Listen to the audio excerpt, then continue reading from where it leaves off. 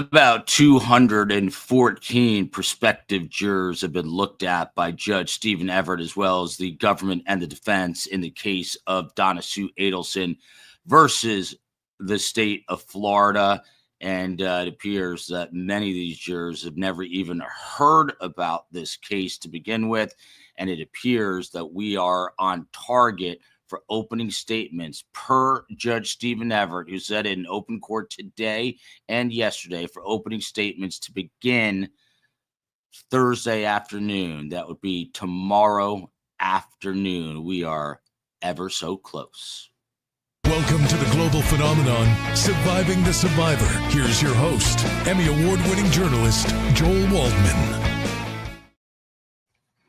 And with literally less than 24 hours away, we are expecting these opening statements to begin in this case, of course, being brought to you by the state and Georgia Kappelman, the defense, and then a possible rebuttal. I'm going to ask Jeremy and Tim to brush us up on how it works exactly in Tallahassee. Without further ado, he is R, the letter R, O-U-R, Timothy Jansen, who I had a chance to watch in action in federal court today, getting his client not off, but getting his client out of being detained pending trial.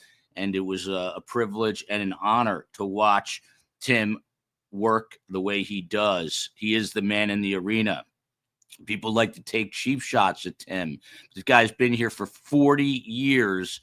And if you've ever read Man in the Arena by Teddy Roosevelt or haven't read it, go read it, because he's inside the courtroom every day while others are simply pontificating about it from afar. And he's doing a damn good job so far, and excellent to watch you in the courtroom today. Next up, we've got Christy Greenberg. And guess what? She is wearing green, but it's not what she's wearing. It's what's between those ears, which is a very large brain. She's a former prosecutor, federal prosecutor for the SDNY. That is the same jurisdiction that attempted to get Sean Diddy Combs convicted on all those charges, but were only able to do so on the lesser charges. And she joins us now with a wealth of experience, and certainly last but not least, a man who is inside the Leon County Prosecutor's Office, the Southern gentleman from Chipley, Florida.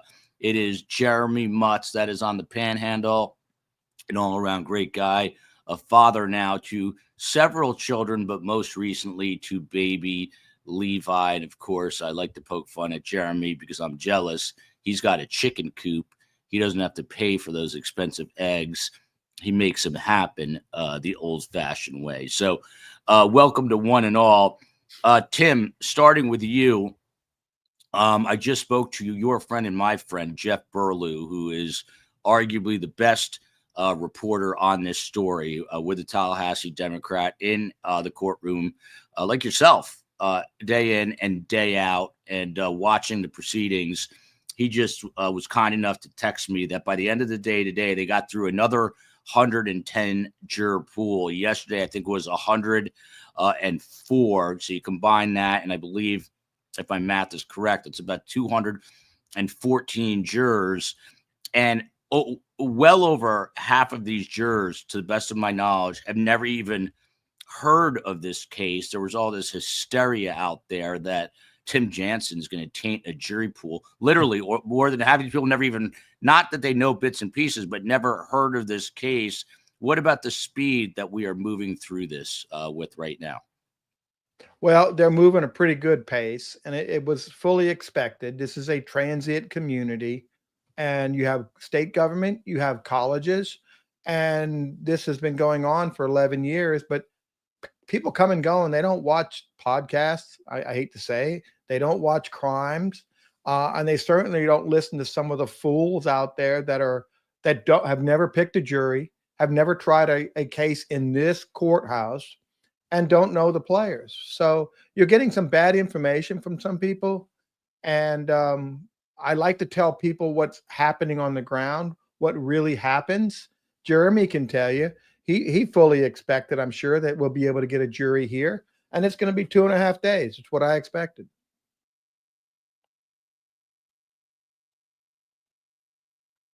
I think you might be muted, Joel. Just sometimes, every once in a while, on this microphone, on this road, when I'm on the road, it will self-mute. I don't know if that's a sign from above, but I can smell crazy a mile away. Good to see Jeremy back on the panel.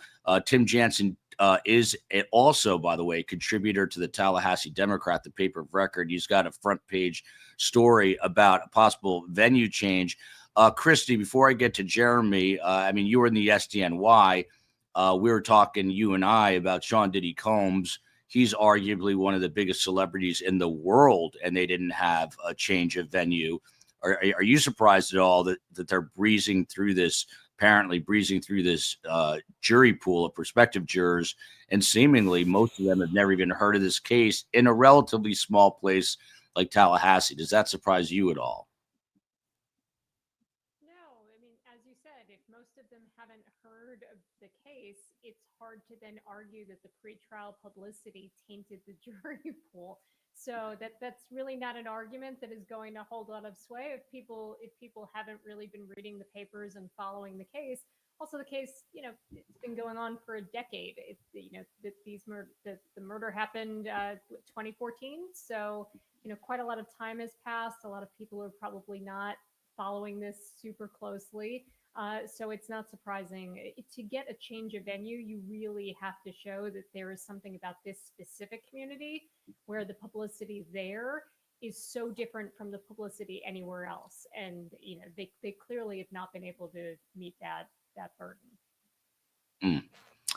From Cauliflower here, I said it earlier and I'll say it again. I've told my husband about this case 10 times. If you asked him about it, he wouldn't remember anything about it. And I think that's more a comment on husbands than anything else at all. But getting a little funky audio, but we'll work right through that. Jeremy Mutz, to you. Tim wrote a story today about venue change, and it doesn't seem like we're close to that. And it's interesting. I was talking to one of the producers for one of the networks today, and Judge Stephen Everett's wording on that was fairly interesting. He said something to the effect of, we'll cross that bridge during the voir dire process, and if I feel like there's an issue, then we'll address it. So in essence, he's kind of addressed it already proactively, I guess. And since it doesn't appear that there's going to be a problem, and he said that opening statements are going to happen tomorrow, do we need to, no offense to Tim, do we need to worry about Tim's article about a change of venue? No, I don't think so. I think at this point there's zero chance of it. And I think Judge Everett rightly wanted to see how the selection process would play out. But if you had multiple people saying, I don't think I could be fair and impartial, or multiple people saying I'm an avid follower of podcasters, you'd have some difficulty there that would justify, a change of venue. But Tallahassee's small, but it's not that small. I mean, we probably have close to 400,000 people in the community in Leon County. So that's the pool from which you're selecting a jury. And so I never really thought that was going to be a motion that would be granted in this trial. I think the defense has to make that motion. I think that's something that, they feel obligated to do, but I just never saw really a good chance of it. And also, judging from past experiences, there just wasn't a situation where you would blow up a panel. You bring in enough people to fill the courtroom to begin selection, and then you blow through that panel in half a day, and nobody can be fair and impartial. Those are the kind of things that Judge Everett was looking for to see if there was going to be a problem in this case. By the way, one of the reasons I absolutely love covering stuff in person is you get the flavor and you get the connections that you will never get sitting at home talking about it like some people do. But today I was in the lobby with Steve Cohen, and we look up, and who is coming our direction? None other than Georgia Kappelman. And if you've never seen Georgia in person, she is an imposing figure. She's very tall, and she usually wears heels, which makes her even taller. And I've interviewed in my career, I'm lucky to say, just about anyone and everyone. But when I saw Georgia, still got that little gulp, and I'm like, this is the prosecutor of the year coming our way. And super cordial. She stopped for 1 second and said hello. But man, Tim Jansen. I keep joking that it's fight week because that's what they say in the UFC, and I'm a huge fight fan. But if I didn't know any better, Georgia Kappelman looks a little like Holly Holm. Google, or if you don't know her, she's a UFC multi-time champion.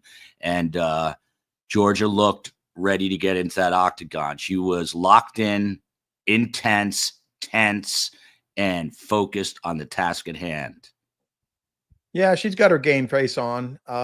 Jury selection for her is pretty easy for the state because they really don't need to sway this jury too much. They just need a fair jury that will apply common sense, not hate the government, not hate the police. They feel confident they have a strong case. And if they get neutral jurors, I think they're going to prevail pretty well. And Jeremy, to you here from JJEHP, how do you think, and this is one of those funny spellings where it's Canada or Europe here. They spell defense that funny way. How will Donna's defense opening statement differ, do you think, compared to Dan Rashbaum's account for Charlie? Interesting question. I'm sorry to put Jeremy on the spot because I'm one of those people that I do not remember the details of things like, I remember his opening because it was sort of laughably bad with the double extortion theory. And that's not to rip on Dan Rashbaum. It's just to say that's what he had to work with. But how do you expect it to be different, Jeremy? Well, I think this is one advantage of having local counsel like Mr. Zellman, like Ms. Fulford. They know this area. They've practiced law. They've lived in this area for a long time. They know how to make those connections with a local jury, just like things you talked about, like going through the courthouse. You see Georgia, to have that feel of the courthouse, the size of it, to know the parking situation, to know where you go to eat, and just to be able to connect to the jury a little bit better than I think Mr. Rashbaum was able to do. This is the second go around for the defense on the extortion theory. Maybe they can make better sense of it and maybe present that in a more persuasive way the second time around. Josh Zellman's an effective trial attorney. He's got a lot of experience. I think if he does the opening, I think he'll be able to connect to the jury and tell a good story. Former Judge Fulford, same thing. I think she'd be pretty effective doing that. I think that might be the advantage to having people from the locality presenting it this time around. Christy, let me go to you from Alicia Elliott. This is sort of an optics question, but a lot of people are talking, and I'm one of them, surprised that Donna looks so cold, not in temperature. And by the way, one of the other things that you don't want to experience is the temperature in that gallery. It's like the Arctic in there. It's so cold. They're working to literally lower the temperature, but these prospective jurors are literally, they're like shivering while they're waiting to go back. That's one of the issues in Florida this time of year. Is it's so hot outside that they crank the AC on the inside so much. But here she's talking about the temperature in terms of her personality. Why would the defense not make her look better? COE, if you have a photo that we can bring up while Christy is discussing this, that'd be great. But Christy, she's kind of today she was wearing a black sweater, which you need in there. That's her right there. Black sweater, pink blouse. By the way, I was live commenting about this in YouTube during the show, which I'm going to continue to do. Donna was surprisingly big to me, and I mean in height, like just everything about her. Because I had seen Wendy, I'd never seen Donna, and I think she's a little bit bigger than Wendy, but she's a tall woman and kind of a strong woman. She herself says she's put on a third of her body weight, but when she was arrested, obviously much leaner, but she's almost athletic in a sense. She's spry, now a little bit heavier, but a big woman and very noticeable in the courtroom. But Christy, what about this outfit? Not what I was expecting. I don't know. I was expecting a little more demure, I think. Oh, I think you're muted, Christy. You're going to have to unmute yourself. Mute myself. Let me see. There you go. Okay. Look, the attire matters. You really want to portray her, I think, as, anybody would see their grandmother. Somebody who's an older lady who seems sympathetic, who does seem warm and not capable of being involved in something so cold. So, this looks a little disheveled. It's not really put together. The glasses are kind of covering her face. You'd want to be able to see her eyes. You'd want her to be emotional. This isn't what I would have chosen as a defense attorney, but these kinds of optics are things that maybe once the trial starts, the attorneys will pay more attention to.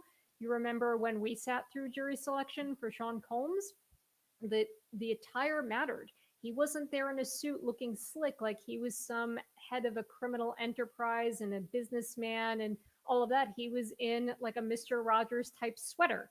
And he looked very unassuming, and he didn't look like the kind of person who is necessarily having these kind of freak offs and is hurting people. And I mean, his attire was very intentional to look as though he was somebody who could not be as cold as the evidence was presented. And so here, again, this is not necessarily, I think, she kind of looks disheveled. And I think, more what you would be looking for is, yes, look more unassuming, look more, like somebody older, maybe a floral pattern, something that's neat, but something that's unassuming, something that would remind people of their parents. That's really the kind of outfit you would be looking at. And again, maybe we'll see that once the trial starts tomorrow. Yeah, and Christy, a few people are just saying, I think your microphone's incredibly sensitive, so I'm going to have you just bring the mic a little closer. Don't worry about it getting in the frame, but physically have you bring it a little closer to you because it's a little hard to hear you, but we're good. Tim Jansen, I mean, look, no one is trying to be shallow here in terms of, this is I would be saying this about a male defendant, any defendant. They're going to be looked at by absolutely everyone. I mean, if you've got a guy with his face tattooed, I don't know, you're going to have people looking at that and wondering, but this is Donna. I mean, what's the issue here? Is the issue that they just have bad taste? Is the issue that, she spent all her money on her one-way ticket to Vietnam, so she doesn't have money in the coffers Harvey's living a pretty good life, and these people have a lot of means. Why not get her an outfit and dress her up? And I know they can't do her hair because she's in jail, whatever, but why can't they make her look they soften her up a little bit to this person's point, to Alicia's point? Well, before the last trial was continued, she had fittings at the courthouse, different clothing that she was going to wear when she had different lawyers. These lawyers have decided they're going to make her look frumpy, not wealthy, just a lady in the community. Donna would never have worn this outfit prior to being charged. She would have never dressed and gone out in public looking like that. And she has gained weight. That's a problem. And maybe the lawyers are not so concerned with her demeanor or her appearance, which they should, because jurors look at everything. They look at the defendant. They look at the defendant lawyers. They look at how they appear, how they act. Everything matters. It's perception. And I don't think that outfit's very productive for her defense, unless she thinks that's how Tallahassee people dress. Maybe that's her impression of Tallahassee. Yeah, exactly. Of the Tallahassee. Maybe that's her Tallahassee fashion statement. I don't know. But Christy, someone asked me this question last night, and I thought it was interesting, and you'd be the right one to ask about it because it's going on in the Southern District. Mark Agnafilo's wife, and forgive me, I'm just blanking on her first name. She represents Luigi Mangione. And there's a picture now of them in court at the same time. And he's wearing like the red sweater with a button down, and she's wearing something almost exactly the same. Well, if you look at Fulford and her, what's going on here? Is this like a new thing in the lawyer handbook? What's going on that they're twinning here? Yeah, I can't speak to that. I thought it was weird in the Mangione case. Not that he was wearing a sweater. I think that, again, that kind of tracks. You're trying to soften him. You're trying to make him seem, again, somebody who's not necessarily capable of committing a cold-blooded murder. But yeah, twinning with your lawyer is a little odd. Here again, I think just more the issue is she just kind of seems disheveled. I get that you're not going to get your hair styled, but you can comb it.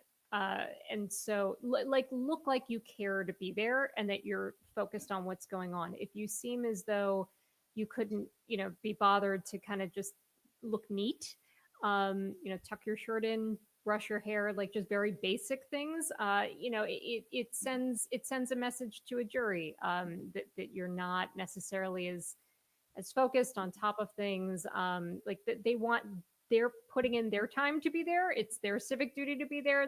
They want you to look like you're at least paying attention, to basic things like your appearance. Again, it's superficial. I don't know that it will make a difference. I'm sure the jury will focus really on the evidence and not necessarily her appearance. However, juries do notice things, and yeah, I think it's the right move. You don't want her coming in dripping in designer clothing and really highlighting how affluent she is. Like that makes sense. But again, I think, they've gone too far the other way of seeming disheveled, unless they're going to try and set up some argument. I mean, she had some statements about suicide. If they're going to try and say that she's been in prison and try to argue that she's had a rough go of it and she's not doing well mentally, and they're going to go for some kind of a sympathy vote, somebody on the jury who's sympathetic to her and how far she's fallen, like maybe that's where they're going with it. But it does seem intentional, especially hearing that this is not how she would normally dress, and that she had fittings for the last year.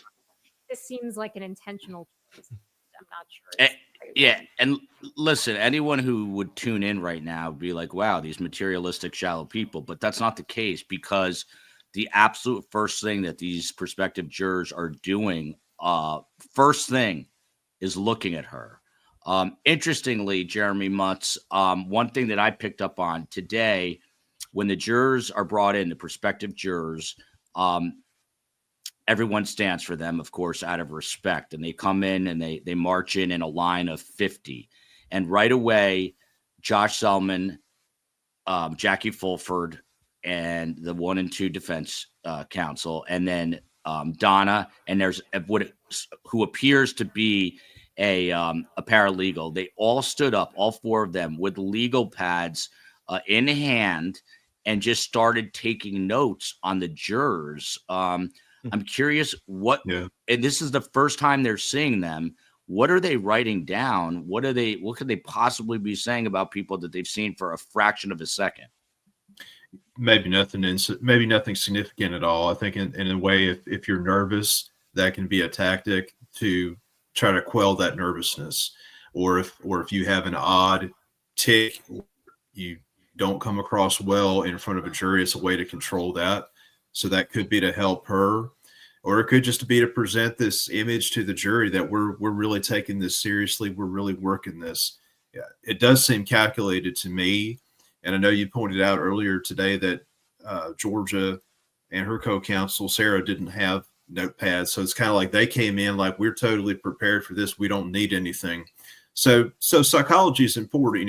There would be times where I would go to a trial where I would have nothing on the table other than maybe an evidence book or a statute book. You're trying to create a certain image. There might be other times where I have a banker's box or 2 full of stuff. It just depends what you're trying to convey, but it is something we think about. It's not something that I obsess about in a trial or a hearing, but it is something we think about, what you present. And I have a feeling they probably said, let's, do this, show we're taking this seriously. And, and sometimes it is a way to kind of control your client. If they're going to be sort of a problem in their demeanor, have them write you stuff rather than whisper it to you or make faces or things like that they could do where it kind of goes off the rails. By the way, again, opening statements are set for tomorrow afternoon. It's going to be a historic moment if you've been following this case for more than 11 years. And we will have, I believe, Tim and Joe, the professor, and add to the mix for tomorrow, John Singer, one of the original attorneys who commented on this case for us. He's been on a bit of a hiatus because he's got a lot of trials back to back, but he wants in. We want him to come in, and John Singer, who has some of the most amazing analysis, will be live with us tomorrow from New York City. And then, of course, Christy and Jeremy and everybody else will be back as this trial barrels forward. So, Tim Jansen, to you. Joe, can just I interject on that? What I'm please. guessing is that they did mock trials or they did a focus group, and they know what jurors they want. When those people were walking in, they're writing down male, female, black, white, older or younger. They're keeping track of how many they have that might be fit the category that their jury consultant told them that they wanted. Or they and may also be keeping track for the change of venue if they're going to make it again later. So they will have, if they, and I'm sure they have done a focus group, they know what they're looking for in a jury, and they're seeing the jury panel and the pool, because otherwise there's no reason for them to write down blue shirt, white shirt. That's not what they're doing. They're differentiating by age, by race, by male, by sex, and that's what I think they were doing. I'm excited to have John. He's not only is he a great lawyer, but he's a very funny guy, good guy, very, very, very smart guy. And I don't say that lightly. Tim Jansen, just back to so you had a front page article on the Tallahassee Democrat. You talk about the population of Tallahassee being 300,000 plus 75,000 students between FSU, FAMU, and Tallahassee State, that it's diverse, transient, highly educated, but that many jurors are unfamiliar with the Adelson case. And in Charlie's case, you talked about how they seated a jury in 3 days. So what's the deal here? Is this really more of an appellate issue than anything else? Well, I think it's true, because a lot of people don't know about Donna Adelson like we do. The people in the media and the people doing podcasts, of course, we know, but these people are getting on with their lives. They're taking care of their kids, taking care of family members.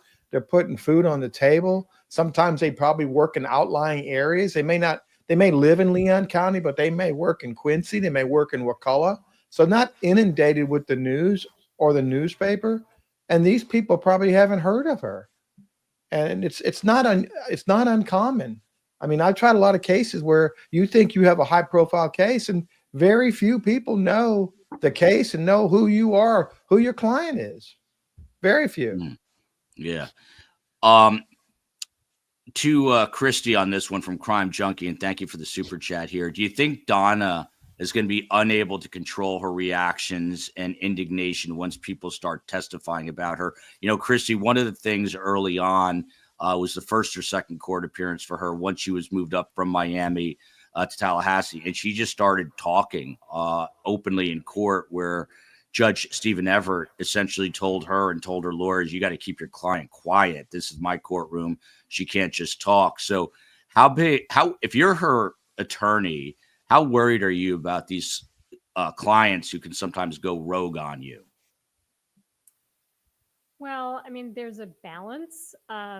You obviously don't ever want to be disrespectful and not following the judge's rules. So if you are talking when the judge says you shouldn't be, or making motions or doing things that the judge has told you not to do, you get scolded from the judge. Jurors tend to like the judge. They tend to, view the judge as the person who's having control of the room, and they want people to respect the judge as they do. So if she's going too far in that direction, and it seems like it's disrespectful, that could go against her. But also, if you have people who are your own family members who are testifying against you, that's got to be emotional. I think anybody would understand that. And if she had no emotional reaction at all to testimony from her children, potentially, like that would be weird too. Like you don't want her to seem completely cold. She has to seem like a human being. So some reaction, some emotion is not problematic. It's when it gets completely out of control, where you seem as though you're not following the judge's instructions and you are trying to be distracting, or you are doing something intentionally to draw the jurors' focus away. Again, just going back to Diddy, since we were just there, we saw at multiple points where the judge had to stop and, out of the presence of the jury, actually talk to Diddy's lawyers and say, hey, he's trying to connect with the jurors. He's making various, visibly, emotive reactions to testimony. He's staring down witnesses. He's doing things he shouldn't be doing, and he needs to cut it out. That happened at multiple points. And again, I think at least one of those did happen in front of the jury where there was an instruction for him to stop. So that kind of a thing, if it happens in front of the jury, is never a good sign. So we'll see how well she's able to be in control. Again, some control is important, but if she seems too in control and too cold-hearted, then that's a problem too. So we'll see what happens. Thank you for that. Lynn Strasser here, getting nervous with opening statements. Now, look, they could be pushed back for one reason or another, and we'll get into why in a minute. But right now, opening statements are set to kick off tomorrow afternoon, roughly around 1:00. But Lynn Strasser, Jeremy, how hard is it going to be to get a seat in the courtroom? I think I mentioned this yesterday, but I'll say it again. One of the network producers was talking to the people in the administrative offices. There has never been, they do not give out media credentials, by the way, but you have to get permission if you're media to do certain things. And Jeremy, bottom line is that there has never been this number of requests by domestic and international media ever for any other trial in Tallahassee. Does that surprise you? I mean, the jurors don't seem to know about it, but people in the rest of the world are absolutely, just mesmerized by this case. So does that surprise you? And why such interest domestically and globally in this particular case? No, it doesn't surprise me now. I mean, maybe a year or so it would have, but just seeing your podcast go out to people in Tokyo and Australia and the UK and everywhere else, I think that there's a huge interest in this. And, what started out with maybe 3 or 4 podcasts covering this case, now it's ballooned to, probably hundreds of them. So I'm not surprised by that. And I mentioned earlier on a comment that Tallahassee just doesn't have that To Kill a Mockingbird type big courtroom that, you would see in an old courthouse, because, essentially it was a mishmash of construction projects over the years when the courthouse was built. So we don't have that, in Franklin County, Apalachicola, or other places. You have this huge courtroom that you could really get some people in there. But these courtrooms are surprisingly small. But I think the reason for the interest in this case, I think it's number one in the beginning, a whodunit. And then the period of time we realized who it was, but then they weren't getting charged. And that lingered for years. So was this kind of a cold case? I think it had all of those things. It had attractive young people, love going sideways, love going wrong. You had in-laws involved in a child custody, murder for hire. So all those things, I think it just captured people's imagination. I think you maybe had an element of why would a local authority not charge people if there was evidence? So that heightens people's interest. You look at other cases like Ellen Greenberg, where it's just kind of flat out hits you in the face, like a Mack truck. Why haven't they charged the guilty person in that? And so you had some of that in this, really got people's imagination going, I think. Yeah. True Lifestyles out in Jacksonville is coming in for the trial. How cold is it in there? Heavy or light sweater? You actually need like a toaster oven to put yourself in, but hopefully they resolve that and we don't have to put you in a microwave because that's what you will need, at least at this point. It's absolutely freezing in there. What about this, Tim? It just popped up on screen from Boston. Sarah, do we think Charlie and Rob are both going to actually testify in this trial? They're both on the list. They're estranged brothers. Are we going to hear from either or both of them? I think for sure Charlie will testify, and I think maybe Rob will testify in rebuttal for the state, depending on Donna's testimony. If she comes in and says, I'm naive, I don't know anything, I'm a little old grand lady, I don't know anything about the streets, I don't know anything about people's lives. Then the judge going to let them come in and say, no, she's a very controlling, very knowledgeable. She's not gullible. And that would impeach her defense. And I think that's fair game. Yeah, and Tim, I don't know, a few days ago, you were and others were of the belief that Charlie would not testify. Why do you suddenly think that he may testify? Because he's got this appeal process he's going through. I think Charlie's going to try to help his mom and help himself. I think Charlie's appeal is not his defense, because I think he's going to stick with that. But I think if he testifies the same way he did in his own trial, he might help his mother, because it looks like that's the defense she's going to claim. She's going to claim fear of this gang, of the Latin gang. That's why she talked in code. So it might be consistent with what he testified. And the defense is asking him to come forward. It won't hurt your appeal. And his appellate issues are really not sufficiency of the evidence, right? Because he testified. Once you testify in your own trial, you waive that. It basically, a jury can convict you on your credibility alone. So I think his issues on appeal are separate than what his defense was.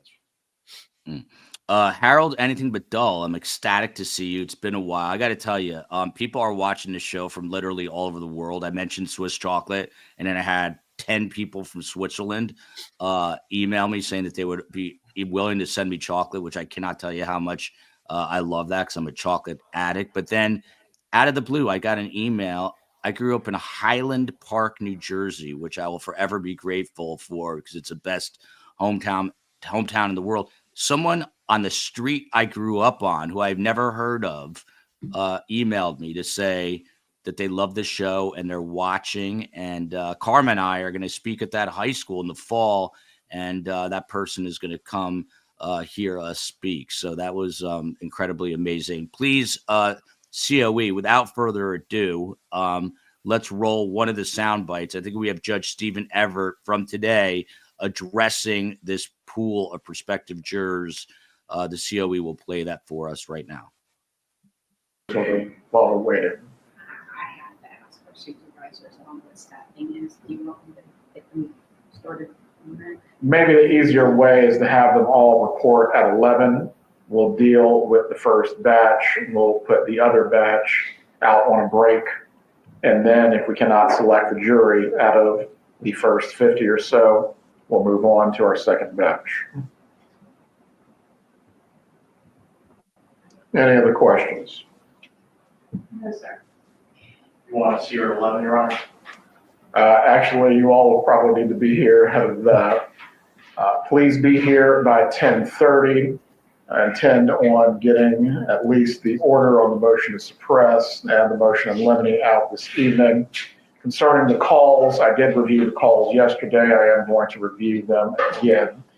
I don't know if I'm going to have the time to do a written order, but if we need to address it at sidebar, I'll be able to give the ruling as to the calls as well before we get started. 10:30, and then at 11, we will move into the jury selection. Have a good evening. That is Judge Everett at his best, command of the control room. So, Jeremy, essentially what he was doing there was setting up the calendar for tomorrow. What he wants to do, what he's going to do is at either 8 or 8:30 in the morning, he's going to convene court, and they're going to hear some motions that I'm about to run through with you to get your take on it. And then at 11 a.m., they're going to actually get into the meat of the jury selection process, where they whittle it down to 12 and 3 alternates. What's your gut instinct tell you? I mean, Judge Everett seems to get things done. Is he going to be able to go through some motions that we're going to talk about in a second, then go through this jury selection process beginning at 11 a.m., finish it in basically an hour or so, because he likes to have his lunch 12:30, and then come back for opening statements? How's that possible? Well, I think he runs a tight ship. I think it's a little optimistic. My experience is a lot of times in court, things don't really go as planned. They don't go as quickly. You know, defense attorneys can go longer. I mean, I'll tell you, I can hardly remember the last time I've started on time consistently every day where I practice.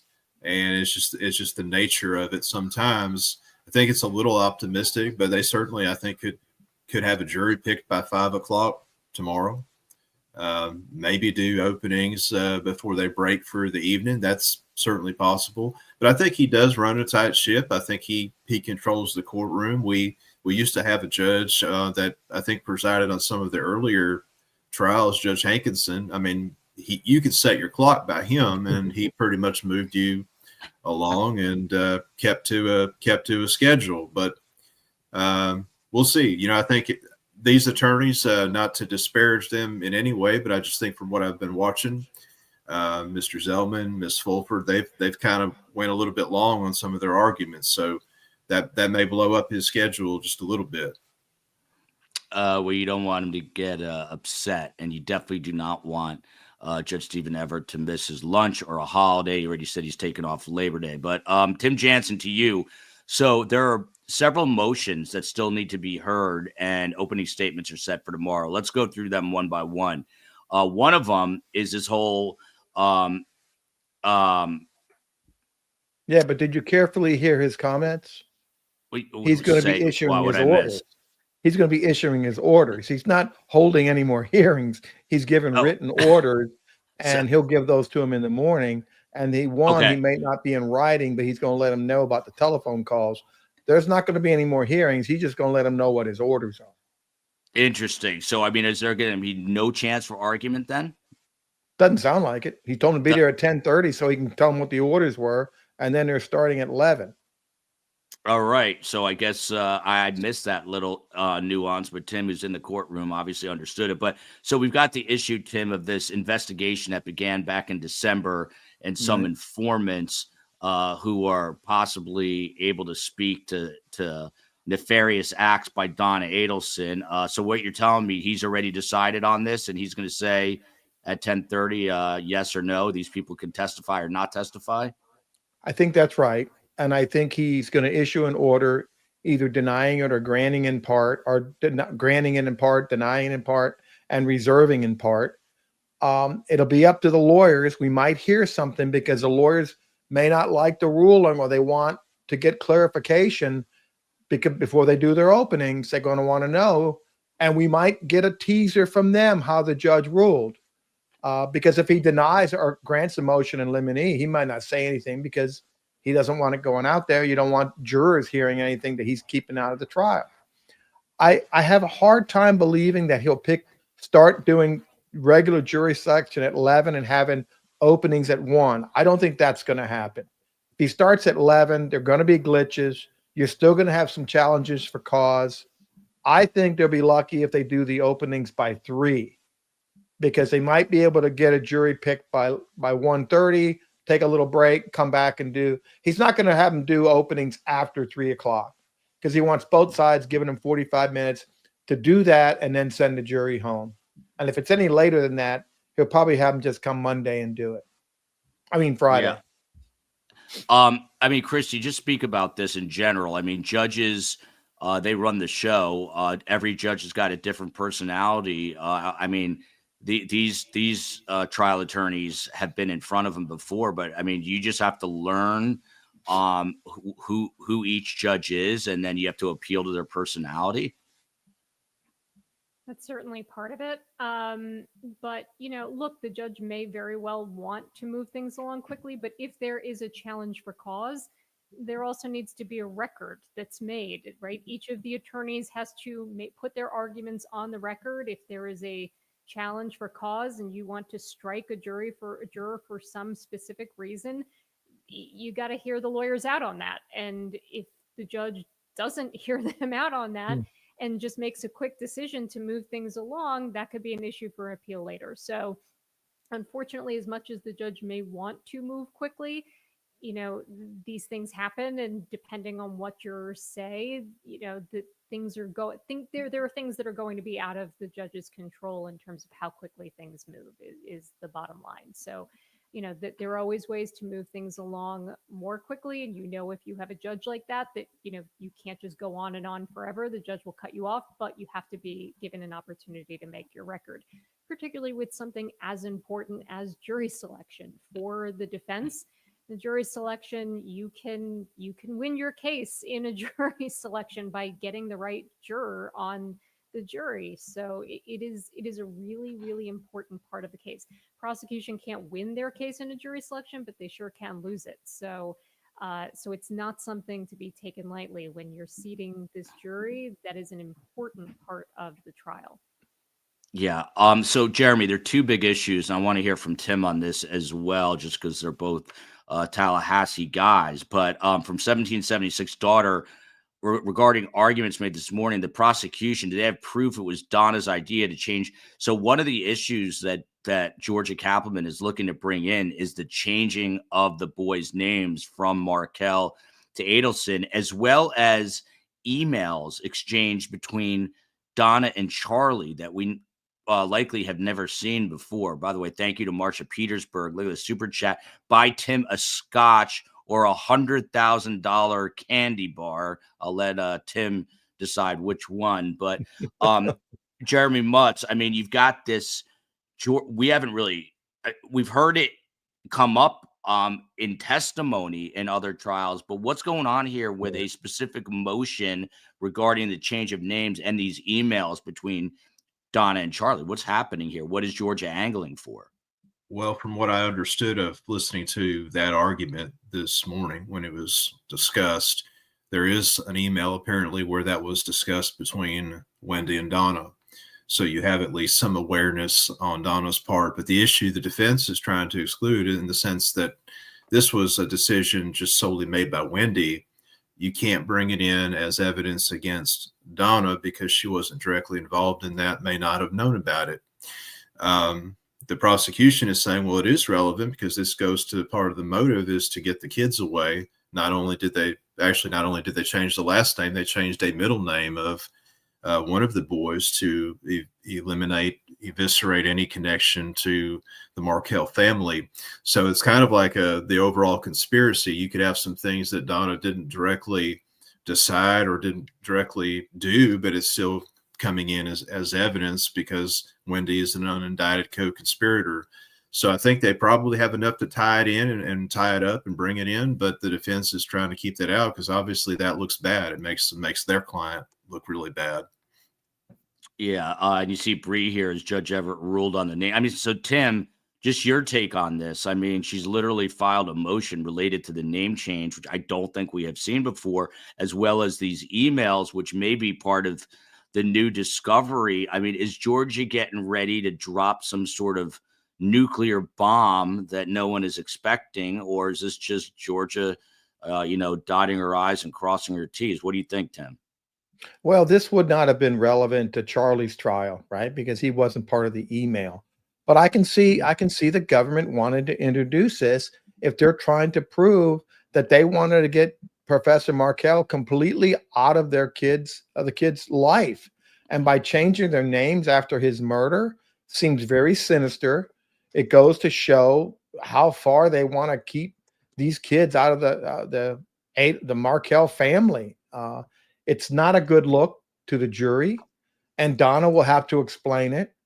We haven't seen that email in the trial. It's going to be interesting to see what Donna's reaction was to the email. Was Donna precipitating the email, or was Wendy and then Donna just responded? Because that makes a big difference, I think, to the judge who was pushing for the name change. Yeah, Top Cat here says, I think it was Donna's, idea to change names. I mean, Christy, you don't practice in Tallahassee, but I know you're going to have an opinion. Number one, because you're very smart. Number two, because you're an attorney.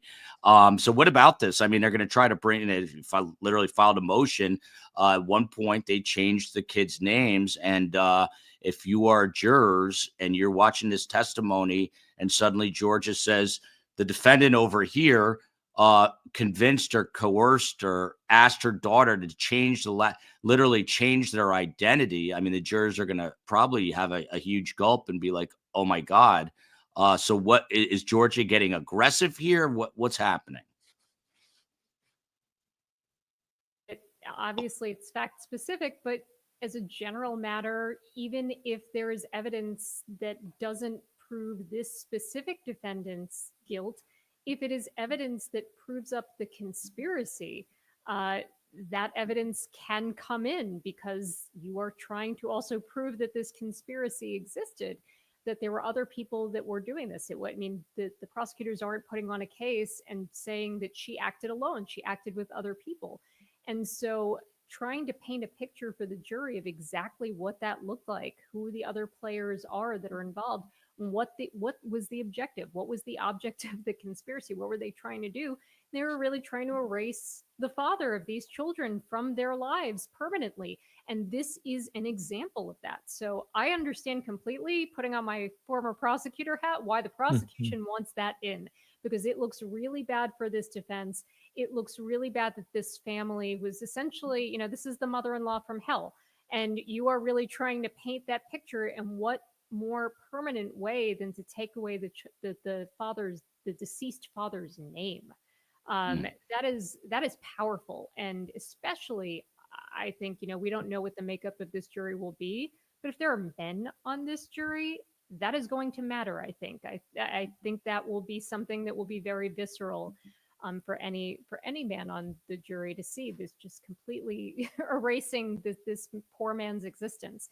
I understand why the prosecution would want it in, and for all the reasons I just gave, I would understand why the defense would want it out, because it is damning. Even if it's not directly connected to her, it paints a picture of the family that is really evil, and really shows the lengths that they would go to get rid of this person permanently, not just killing him, but any kind of memory and his name going forward.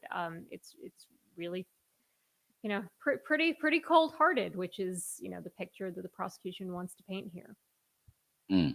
Yeah, it gets real ugly when you get into some of the specific details. Jeremy Mutz, I probably shouldn't bring this next point up, but I'm going to do it. There's a press room, and we were all huddled in there. There's probably like at one point 10 people. And you know, whenever media types get together, they talk, and a lot of it is just gossip. But there was a real sense or feeling. It's hard to explain, but where almost unanimous, I think it was unanimous, everyone felt that the next move is going to be a Wendy indictment. My question to you, is there such a thing in trial law, particularly criminal defense, as momentum? Like, is there a thing where if they're able to get a conviction here with Donna, where momentum rolls you into the next indictment, and they do in fact go after Wendy if they can get a conviction? Or is that just something you see in movies? Well, I think you saw it in this case. I think with a successful trial with Charlie, and then events kind of came to a head. I think they moved up the timetable maybe faster than what the state attorney's office was thinking when, you know, they got a call that Donna was going to go to Vietnam. But I think there can be momentum in that sense. This is an unusual case, though, because in most cases that go to trial that are a conspiracy of some kind, you don't have people charged, you know, years or a decade and a half apart. You know, in that sense, you're going to either make a decision to charge everybody at once, or you're not going to charge at all. In many cold cases, which, you know, you could kind of look at this maybe in the sense of sort of like a cold case, they waited a long time to make an arrest of the Adelsons. But most of the time, there's not really a momentum in a case like that. It's like you rock along for many years, you know, and we see case after case now where, you know, DNA can be retested and you could actually make a case against somebody, so you go forward. But I do think it's real in this case. I feel like the prosecution felt like they had the wind in their sails before. And I think that, you know, I do expect a successful outcome in this trial. And I think that would probably put the wind in their sails again, maybe to go forward on Wendy, to say, you know, she's the last one. We do see an end of this. We've got enough. We have successful verdict now. We're going to go forward with Wendy. I could see that happening. All right. So, by the way, I'll talk about this on the flip side, but last time around, Wendi Adelson was one of the first witnesses to take the stand, and the COE pulled a little bit of sound of Wendy, I believe, from Charlie's trial. So COE, let's play that, and we'll analyze it on the flip side and talk about what it might be like when she and where and when she will take the stand in this trial.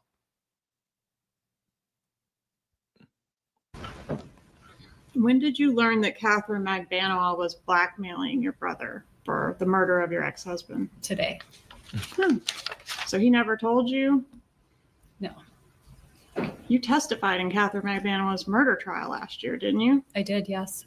And she was convicted She was convicted. Yes. of murder, Yes. Of murder. of murdering Dan Markel, Of murdering my The children's crime? father. Yes. a crime for which she apparently is innocent because she was just a conduit for Sigfredo Garcia. Did you learn that today along with all of us? Well, I learned that someone made that argument. I don't know whether it's true or not true. Okay. You have no knowledge of it. I have no knowledge. In all the years this has been pending, In all of the years this has been pending, your I have- brother has known who killed your child's father, and you didn't know. I did not know.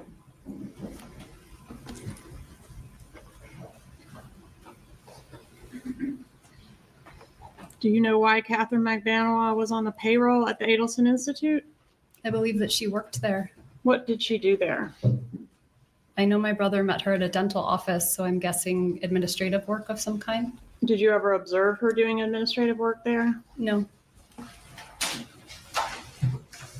How did the killers in this case know that Dan Markel was planning to leave town the day after the killing? I have no idea.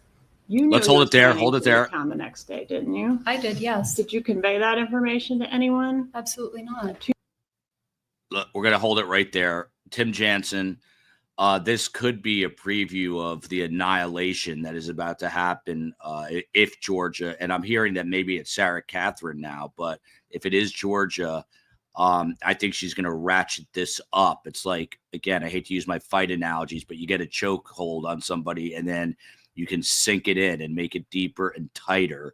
And I think that's what Georgia's going to do here. But I mean, Tim, what is a jury going to say?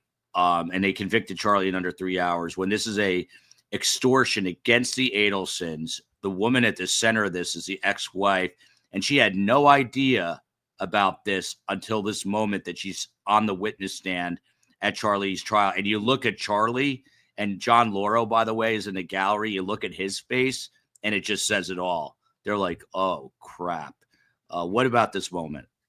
Well, it tells you that this story is probably not true, and that she probably didn't know about this until she walked in because someone must have told her or she heard something. And common sense tells you that she would have known after all these years if that happened. And I will say that it will be brutal, but she's probably closer to her mother than she is to Charlie.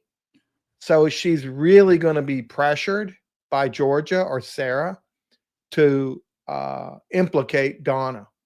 Really is. And it's going to be really difficult because you could see siblings sometimes aren't always close, right? Some get along, some don't. But usually the mother and the daughter get along. This is going to be interesting to see how hard the state pushes Wendy, and if Wendy will be as flippant as she has been a couple times, or if she's going to push back, or if she's going to claim no memory. That's going to be, I mean, this is going to be interesting theater. Yeah. By the way, this past Friday, Dr. G joined us for a show on Wendy's, Wendy, Charlie, and Donna's body language. It was Dr. G. Dr. G explains one of the things we talked about. If you look closely at her neck area, there's a word for that just because of my new skincare regimen that I have learned. This area here, I don't know what it's called, but that area is now reddish because of stress. But I'm with Ned Smith, the bun woman. Totally implausible that she would just learn that her enmeshed family is involved in this right now.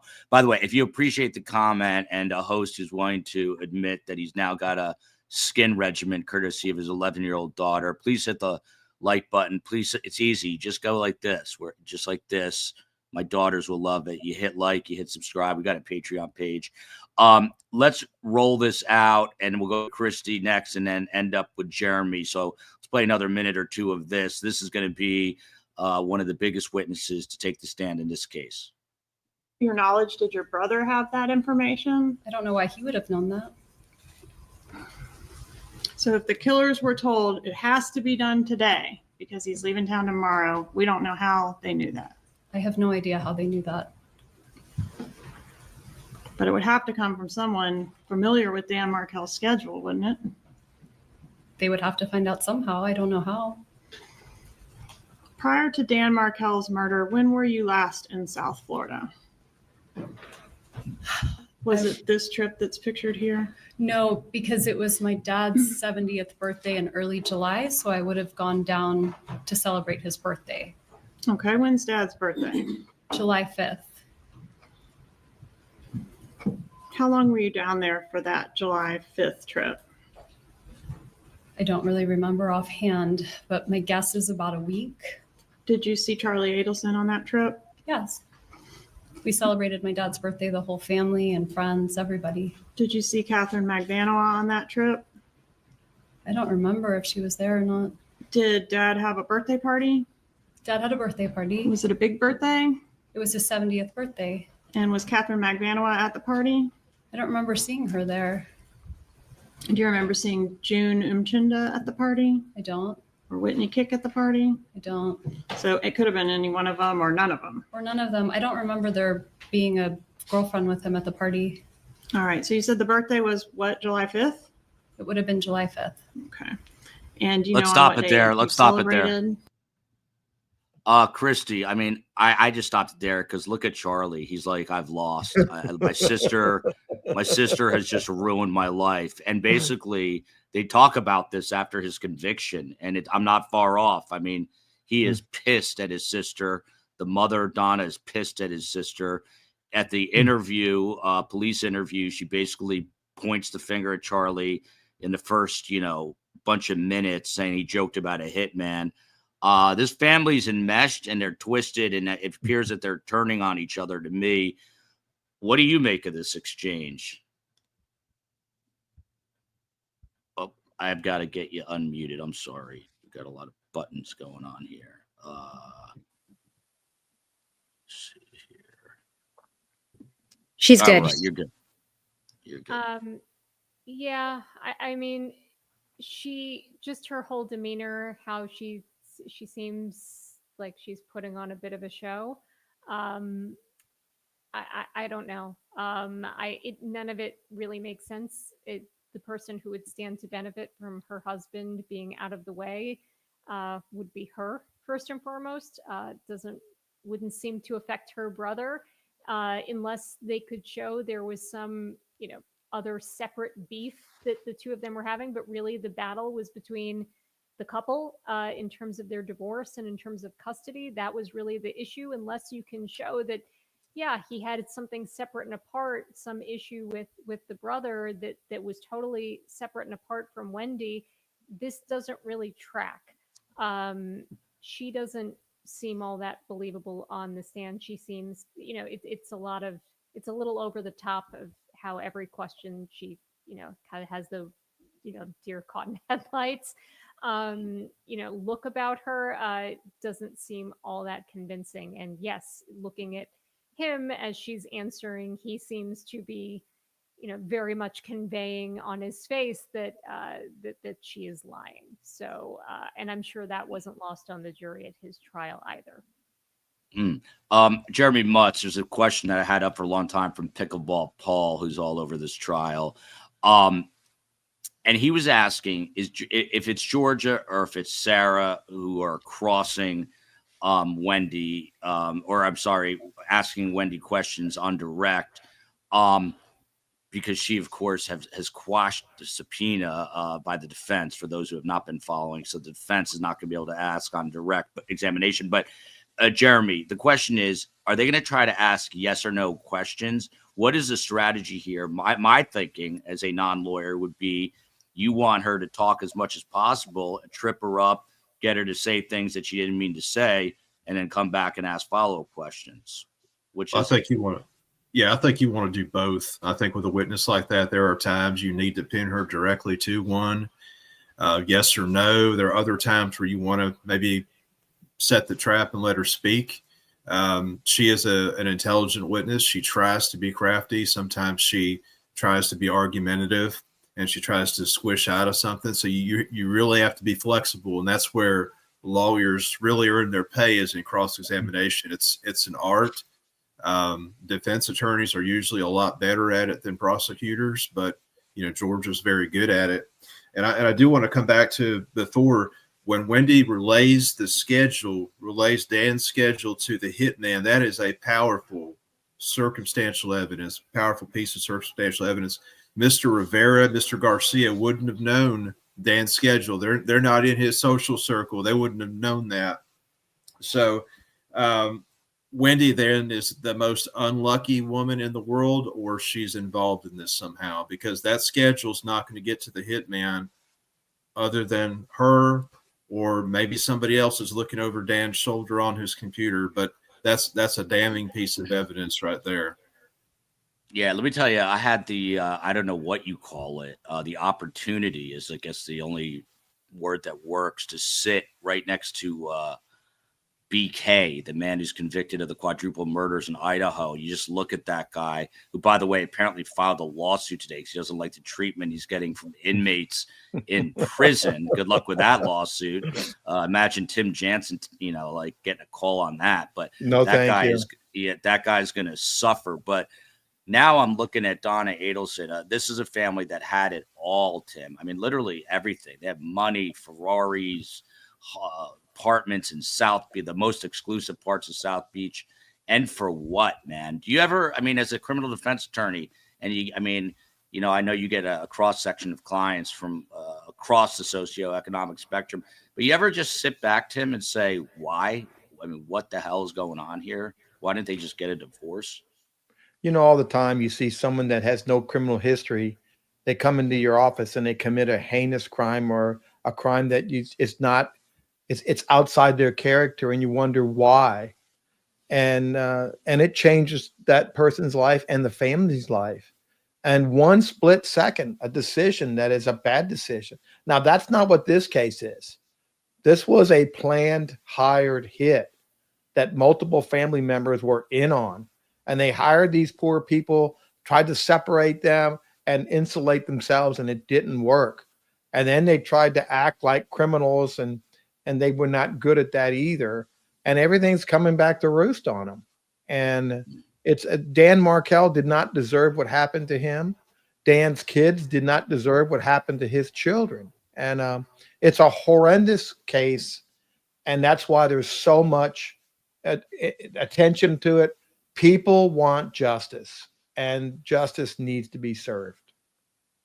This is the spot to watch this gavel to gavel coverage, the best analysis that you are going to get anywhere. So please join us. Again, opening statements are set for tomorrow. I got to go. I want to watch a touch more of that Wendy clip, because I'm either a masochist or a sadist. I'm not sure which. But look at this comment from Jared. Are Wendy and Harvey going to have dinner together in Tallahassee Thursday night? I'll tell you who is: Tim, Monica, Joel, and a few others to be named. Tim, imagine if we sat at the table next to Wendy and Harvey. That'd be a very interesting meal. But what are the chances? Are decent in Tallahassee? Zero. No. That's not going to happen, because all these conspiracy podcasters would go crazy. So no, that would not happen.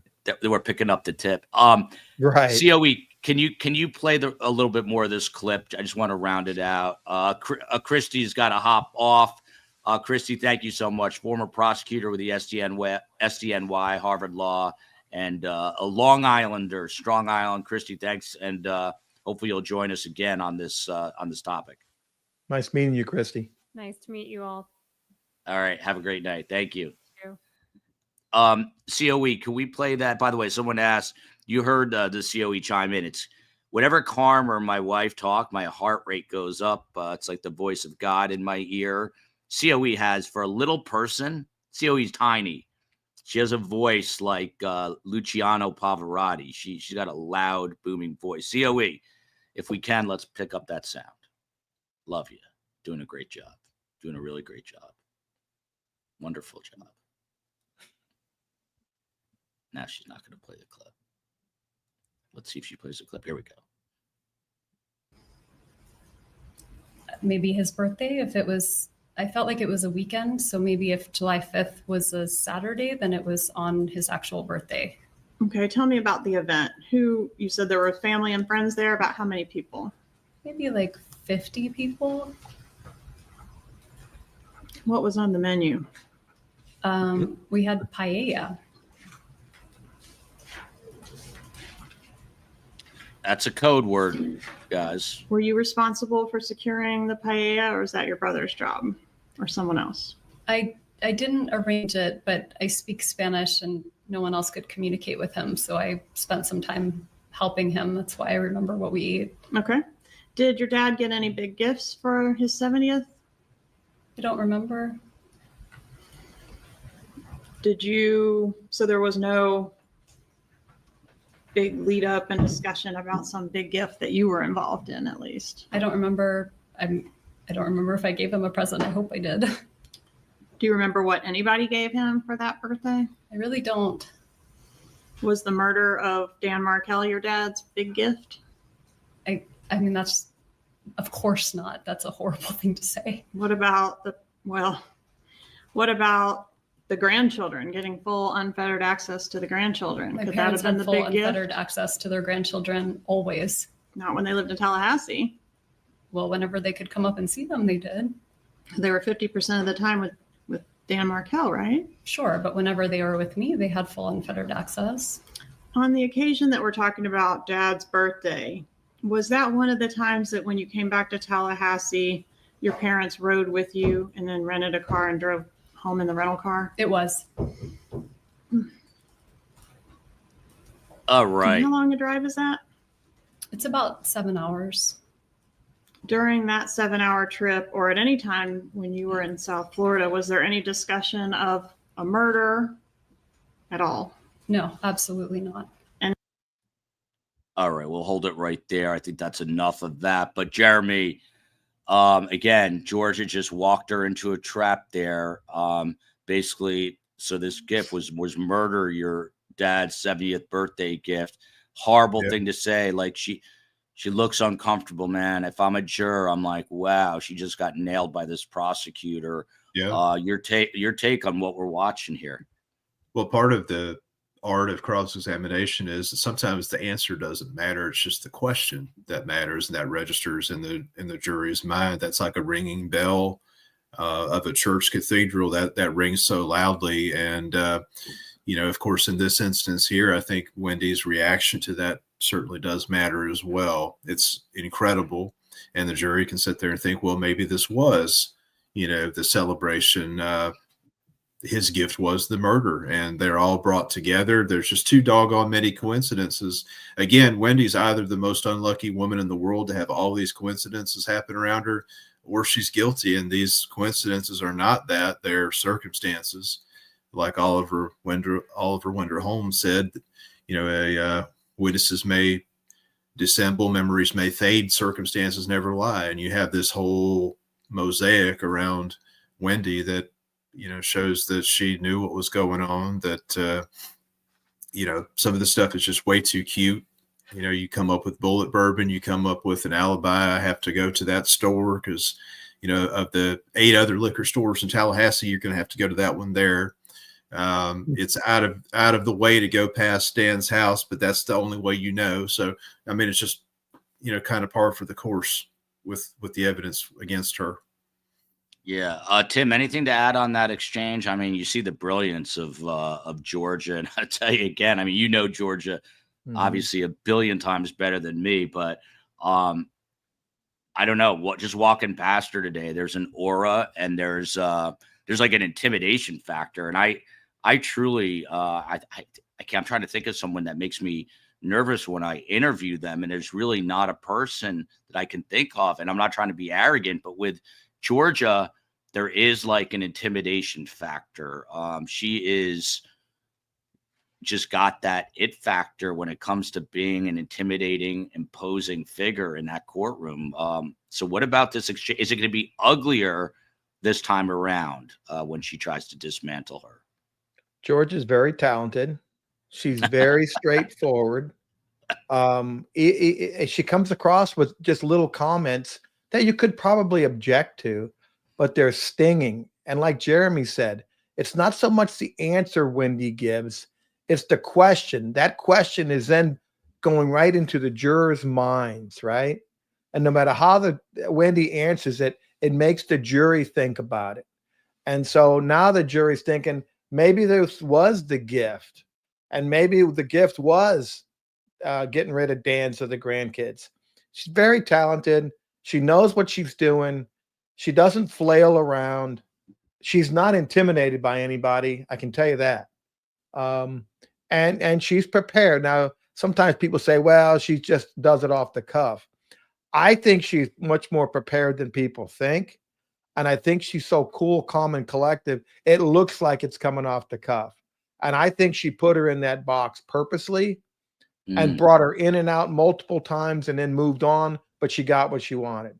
Right. So that's a talent. And I think Jeremy's right. Most prosecutors are not good at cross-examination because defendants don't usually testify. They're better at direct. And it's kind of the opposite for defense lawyers. They're better at cross-examination than direct because they don't normally put much witnesses on and introduce evidence. So you're kind of good at what you get used to doing. But George has been doing it a long time, and I think that's going to be a key to the trial. It's going to be really something to watch. Yeah, I mean, Jeremy, how much of that, what Tim just said, putting her in the box, taking her out and putting it back in, is instinct?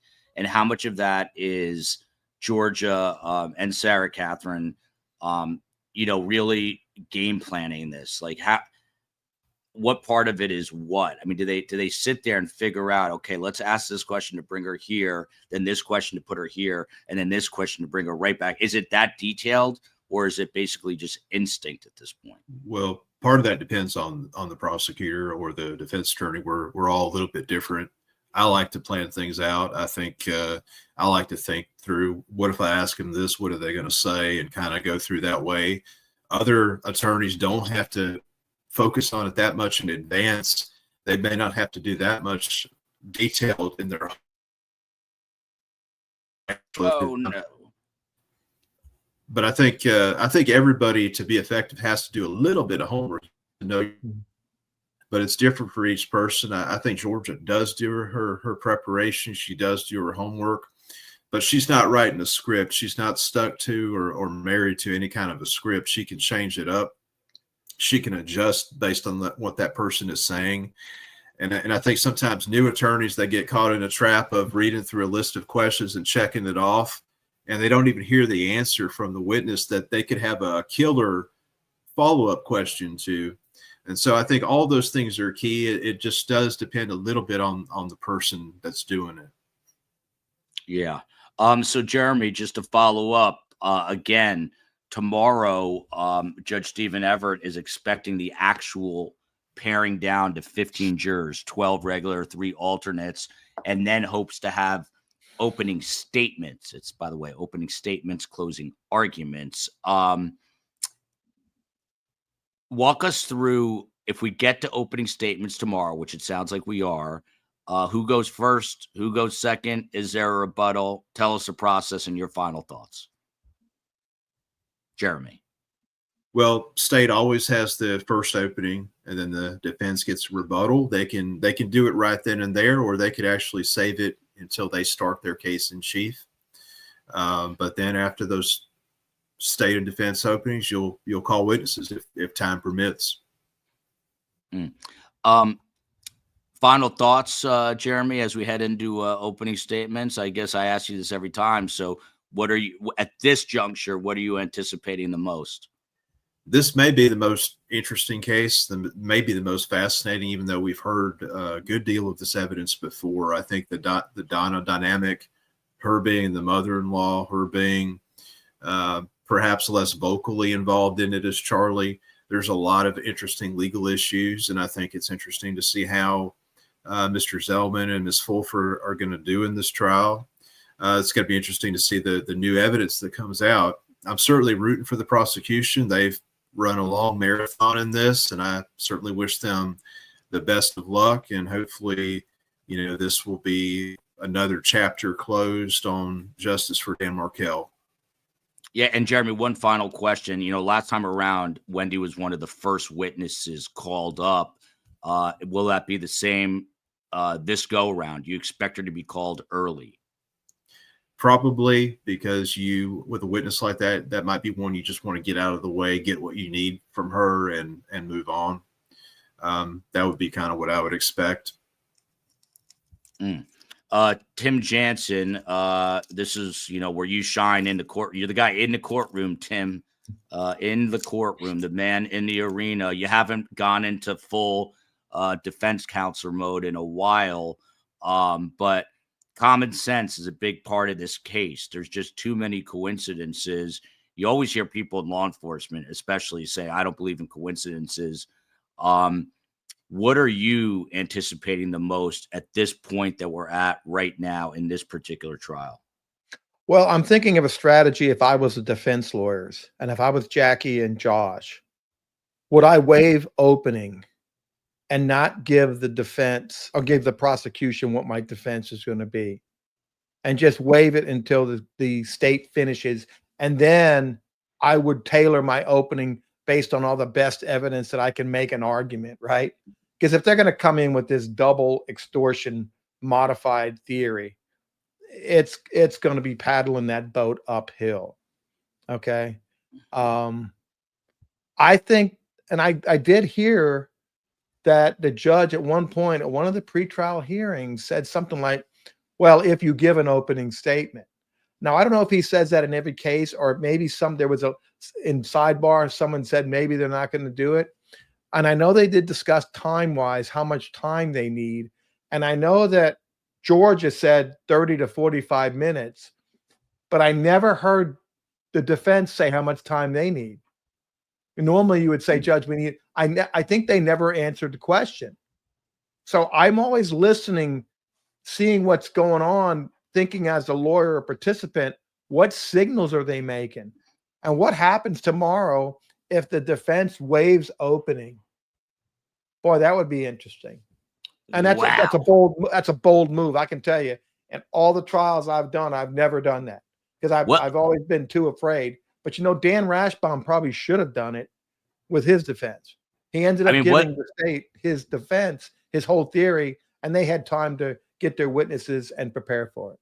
I was just going to ask you the advantage, and you just answered it, is that you don't show your hand. That would be wild. So look, this is 40 chess, and you just heard Tim give, a possibility here of what could happen, which would be wild. Thank you to Donna Lane, first time commenting, been following for about a year. Thank you to all the new subscribers, all the new people. If you are new, the COE is the chief of everything. Space Coast is on the West Coast, handling all the tech stuff. Steve Cohen is down the hall for me in Tallahassee. He's my right-hand man, a guy that if we were ever jumped in the mean streets of Tallahassee, Steve Cohen would beat up all 7 of them instantaneously. He's also the best booking producer around. And then you've got all the mods who help us incredibly all the time. Listen, first day here, it was a stop at the Busy Bee, the greatest rest area in America. Today, it was the Metro Deli. Look at the hospitality of the Tallahasseans. Look at this. In the FSU colors, I have a Metro Deli shirt. I have posted everything on Instagram at Surviving the Survivor, on Instagram at Surviving the Survivor. If you want showtimes, we're on Twitter at Podcast STS. Metro Deli, the greatest deli north of the Mason-Dixon line. Are we south? We're south of the Mason-Dixon line. You get what I'm saying. The greatest deli around here. And these two guys, two of the best guests. Huge thanks to Tim Jansen. Huge thanks to Jeremy Mutz. I'm going to find out exactly what time court begins tomorrow. COE, I don't see I do see an outro here. So thank you all. Gavel to gavel coverage. It continues tomorrow, 10:30 a.m. Eastern, but there are going to be some things going on in court beforehand. I'll be there before then. And if we're not up on the live stream, I'll tweet it out at Podcast SCS. If we're on the live stream, I'll be in the chat talking with all of you. Love you, America. Love you, Tallahassee. Justice for Dan Markel. and look forward to seeing the Markels in person, I believe, tomorrow. So I'm excited about that. Have a great night, everybody.